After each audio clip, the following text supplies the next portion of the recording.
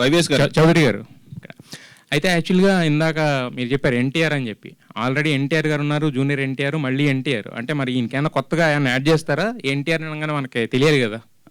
అదేంటంటేనండి, 4వ తరం కొనసాగింపే అది. రామారావు గారు ఒక అదృష్ట రేఖను కొనసాగింపుగా జానకిరామ్ గారు బ్రెయిన్లో ఆ థాట్ ప్రాసెస్ని ఇచ్చేనట్టుగా నేను భావిస్తున్నానండి. ఇప్పుడు కొన్ని ఆలోచనలు ఎందుకు వస్తాయో మనకు తెలియదండి. అవి మనకు రావు, దైవ సంకల్పం కింద భావించి జానకిరామ్ గారి బ్రెయిన్లో అది వచ్చిన తర్వాత అక్కడితో ఆగలదు అది. ఇప్పుడు నేను అనుకుంటా నా కొడుకుని ఇంజనీర్ చేద్దామని, ఆడేమో డాక్టర్ అవుతాడు. ఇతను వాళ్ళ నాన్నగారు ఈ లోకం నుంచి వెళ్ళిపోయినా కూడా ఆ ఆలోచనతో కొనసాగాడు. ఆ టాలెంట్ ఉంది, ఎక్సలెంట్గా డ్యాన్స్ చేస్తాడు, కళ్ళు ఎక్స్ప్రెసివ్గా పెట్టేస్తాడు, మంచిగా నవ్వుతాడు, యాక్టింగ్ చేసేస్తాడు, డైలాగులు చెప్తాడు. అవి లేదనుకోండి, తండ్రి కళ్ళ కన్నాడు అవ్వలేదు. ఇప్పుడు తండ్రి ఆ పేరు పెట్టుకున్నాడు, నా కంట్లో పడ్డాడు. నేను రకరకాలు తిరుగుతున్నానండి.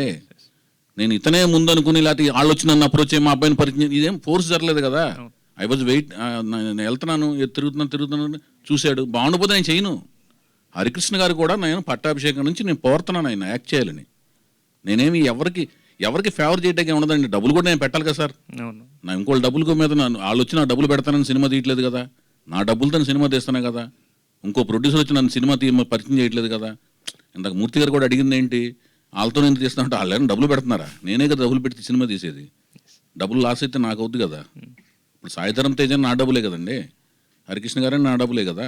అది చెప్తున్నా. నేను అడిగిన పేరు అనేది ఏంటంటే ప్రజలకి వాళ్ళకి అర్థమైన దాంట్లోంచి పేరు క్రియేట్ అవుద్దండి. ఏ ఫామ్లో పిలవాలి, పరిచయం చేసేటప్పుడు వాళ్ళకున్న పేరుతో పరిచయం చేస్తాం. వాళ్ళ నాన్నగారు పెట్టిన పేరు అది. దాన్ని ఎలా పిలవాలనేది ప్రజలు నిర్ణయిస్తారు, ప్రేక్షకులు నిర్ణయిస్తారు, నెట్వర్క్స్ నిర్ణయిస్తాయి. అతని పేరును పరిచయం చేయడమే మా బాధ్యత. అతని ప్రతిభను బట్టి ప్రేక్షకులు నిర్ణయిస్తారు, నెట్వర్క్స్ నిర్ణయిస్తాయి, మీలాంటి మహానుభావులు నిర్ణయిస్తారు. మహానుభావుల దాకా ఎందుకు లేను సార్. కాదు ఇప్పుడు మీకు వచ్చిన ఆలోచన ఉంది కదా, ఆలోచనలోంచి కొంతమంది దానిలోంచి ఆలోచించాలని నిర్ణయిస్తారు. అయితే ఇంకొకటి, ఇప్పుడు ఇంతకు ముందు మీరు మూర్తి గారు అడిగినా వేరే అడిగినా కూడా ఇప్పుడు ఏంటంటే వైష్ణవ్ తేజ్ గారిని ఇంట్రడ్యూస్ చేస్తున్నప్పుడు బుచ్చిబాబు గారు, సాయిధరం తేజ్ కాదు వైష్ణవ్ తేజ్ గారిని ఇంట్రడ్యూస్ చేస్తున్నప్పుడు బుచ్చిబాబు గారు చిరంజీవి గారికి కథ చెప్పారు. అలాగే సాయిధరం తేజ్ ఇంట్రడ్యూస్ చేసినప్పుడు మీరు పవన్ కళ్యాణ్ గారి దగ్గరికి వెళ్ళి చెప్పడం అనేది జరిగింది. ఆయన అవసరం లేదన్నారండి. అవసరం లేదన్నారు చెప్పదండి. పవన్ కళ్యాణ్ గారు, హరికృష్ణ గారు, అదే నాకు కథ చెప్పాల్సిన పని లేదు, నీ మీద నాకు నమ్మకం ఉంది, నేను ఓన్లీ కథ చెప్పింది సీతారాముల కళ్యాణం అప్పుడు నాగార్జున గారికి, అది కూడా ఒక 10 to 15 minutes చెప్తుండగా ఇంకా అవసరం లేదు లేవయ్య అన్నారు. అదే సార్ నేను అనేది ఏంటంటే, ఇక్కడ ఇప్పుడు ఈయనకి కేర్ టేకర్స్ కింద కొంతమంది ఉన్నారు. ఇప్పుడు నందమూరి జానకిరామ్ గారు అంటే ఇప్పుడు కళ్యాణ్ రామ్ గారు ఉన్నారు, అలాగే ఎన్టీఆర్ గారు ఉన్నారు. బేసిక్ ఏంటంటే మనం వారసుని ఇస్తామన్నప్పుడు ఇప్పుడు వైవిఎస్ చౌదరి గారు బాగా తీస్తారు సినిమాలు, ఓకే. బట్ ఎలాంటి సబ్జెక్టు ఏంటని తెలుసుకోవాలనేది జనరల్గా ఉంటుంది వాళ్ళు కేర్ టేకర్స్ కింద ఉన్నప్పుడు. ఒక పాయింట్ అన్నా చెప్పారు ఎవరికైనా, అంటే అందరి దగ్గరికి తిరగాల్సిన పని లేదు, కేర్ టేకర్ కింద ఉన్న వాళ్ళకి, లేదా అట్లీస్ట్ వాళ్ళ మదర్కైనా ఒక పాయింట్ అనేది చెప్తాం కదా ఎవరికైనా. చెప్పకుండా మనం డైరెక్ట్గా ఇలా వైవిఎస్ చౌదరి గారు వచ్చారు సినిమా అంటే ఇచ్చారు కదా ఎవరు కూడా. నేను ఎవరికి ఏమి చెప్పి ఇంతవరకు నేను ఆ ఫస్ట్ చెప్పిన సీతారాముల కళ్యాణం తర్వాత ఇంతవరకు ఎవరికి కథ పాయింట్ ఇదని చెప్పి నేను సినిమాలు చేయలేదండి. కథ మొత్తం చెప్తాను, అందరికీ చెప్పాను.